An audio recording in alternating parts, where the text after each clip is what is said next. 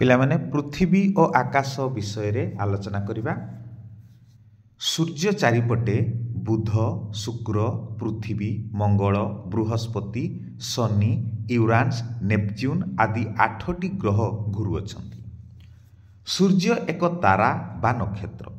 ନକ୍ଷତ୍ରମାନଙ୍କର ନିଜର ଆଲୋକ ଅଛି। ଚନ୍ଦ୍ର ପୃଥିବୀ ଚାରିପଟେ ବୁଲୁଥିବା ବା ଘୂର୍ଣ୍ଣନ କରୁଥିବା ଏକମାତ୍ର ପ୍ରାକୃତିକ ଉପଗ୍ରହ। ପୂର୍ଣ୍ଣିମା ଦିନ ଗୋଲ ଚନ୍ଦ୍ର ଦେଖାଯାଏ। ଅମାବାସ୍ୟା ଦିନ ଆଦୌ ଚନ୍ଦ୍ର ଦେଖାଯାଏ ନାହିଁ।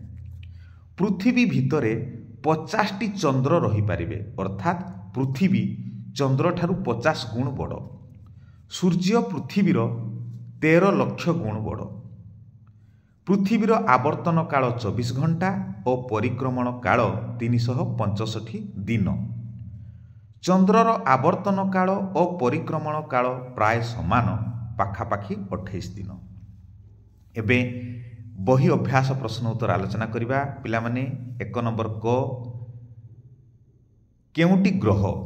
ଅପସନ୍ ଦେଇଛି ଚନ୍ଦ୍ର, ସୂର୍ଯ୍ୟ, ପୃଥିବୀ। ପୃଥିବୀ ହେଉଛି ଗ୍ରହ, ତେବେ ସଠିକ ଉତ୍ତର ହେଉଛି ପୃଥିବୀ। ଖ ନମ୍ବର ପ୍ରଶ୍ନ, କାହାର ନିଜର ଆଲୋକ ନାହିଁ? ସୂର୍ଯ୍ୟ, ନକ୍ଷତ୍ର ଆଉ ଚନ୍ଦ୍ର।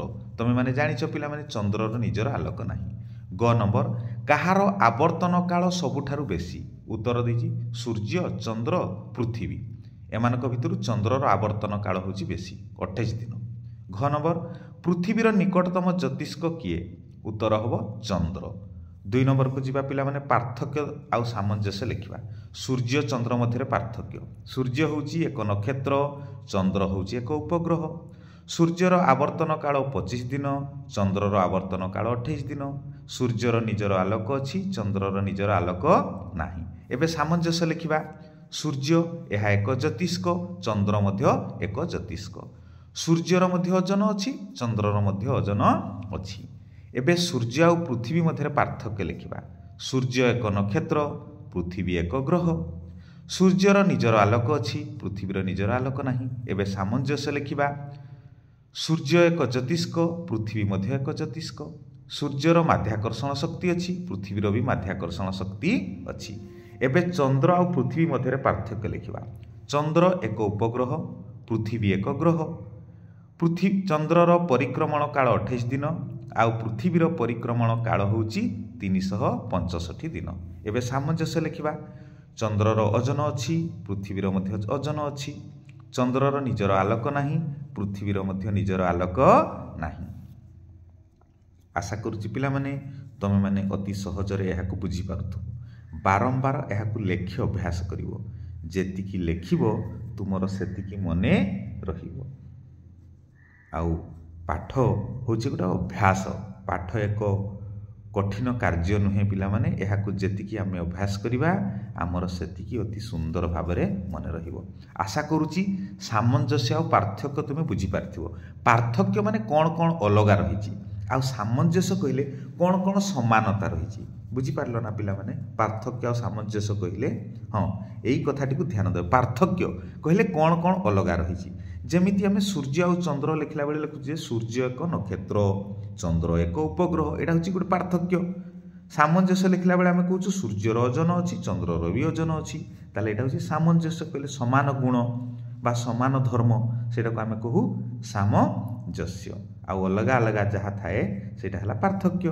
ଯିବା ପରବର୍ତ୍ତୀ ପ୍ରଶ୍ନକୁ। କାରଣ ଲେଖିବା। ଚନ୍ଦ୍ରର ଆଲୋକ ଗରମ ଲାଗେ ନାହିଁ। ଉତ୍ତର, ଚନ୍ଦ୍ରର ନିଜର ଆଲୋକ ନାହିଁ। ସୂର୍ଯ୍ୟଙ୍କର କିରଣ ଚନ୍ଦ୍ର ଉପରେ ପଡ଼ିଲେ ଚନ୍ଦ୍ର ଆଲୋକିତ ହୁଏ। ସେହି ଆଲୋକ ପୃଥିବୀ ଉପରେ ପଡ଼େ।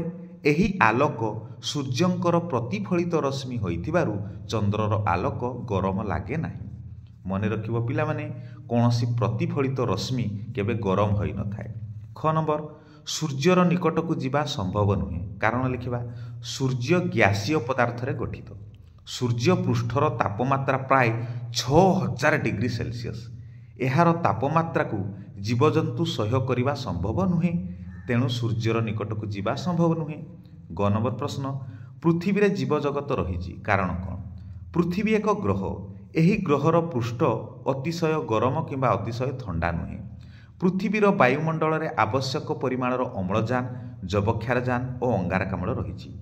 ପୃଥିବୀର ବାୟୁମଣ୍ଡଳରେ ଆବଶ୍ୟକ ପରିମାଣର ମେଘ ସୃଷ୍ଟି ହୋଇ ଜଳ ବୃଷ୍ଟି ହୋଇଥାଏ। ଏହି ସମସ୍ତ ଉପାଦାନ ଜୀବଜଗତ ବଞ୍ଚି ରହିବା ପାଇଁ ସହାୟକ ହୋଇଥିବାରୁ ପୃଥିବୀରେ ଜୀବଜଗତ ରହିଛି। ଘ ନମ୍ବର, ଦିନ ଅପେକ୍ଷା ରାତି ଅଧିକ ଥଣ୍ଡା। କାରଣ ଲେଖିବା, ଦିନରେ ସୂର୍ଯ୍ୟ ଆଲୋକ ତାପ ଦିଏ, କାରଣ ପ୍ରତି ମୁହୂର୍ତ୍ତରେ ସୂର୍ଯ୍ୟ କକ୍ଷରେ ଅସୀମ ଶକ୍ତି ଜାତ ହେଉଛି, କିନ୍ତୁ ରାତିରେ ଚନ୍ଦ୍ରଠାରୁ ଆମେ ଆଲୋକ ପାଇଥାଉ। ଚନ୍ଦ୍ରର ନିଜର ଆଲୋକ ନାହିଁ। ଚନ୍ଦ୍ର ଆମକୁ ରାତିରେ ଯେଉଁ ଆଲୋକ ଦିଏ ତାହା ସୂର୍ଯ୍ୟଙ୍କର ପ୍ରତିଫଳିତ ରଶ୍ମି। ତେଣୁ ଦିନ ଅପେକ୍ଷା ରାତି ଅଧିକ ଥଣ୍ଡା। ଏବେ 4 ନମ୍ବର, ଏହାର ନାମ ଲେଖିବା ପିଲାମାନେ। ନିଜର ଆଲୋକ ନଥାଏ ଏବଂ ପୃଥିବୀ ଚାରିପାଖରେ ଘୁରେ।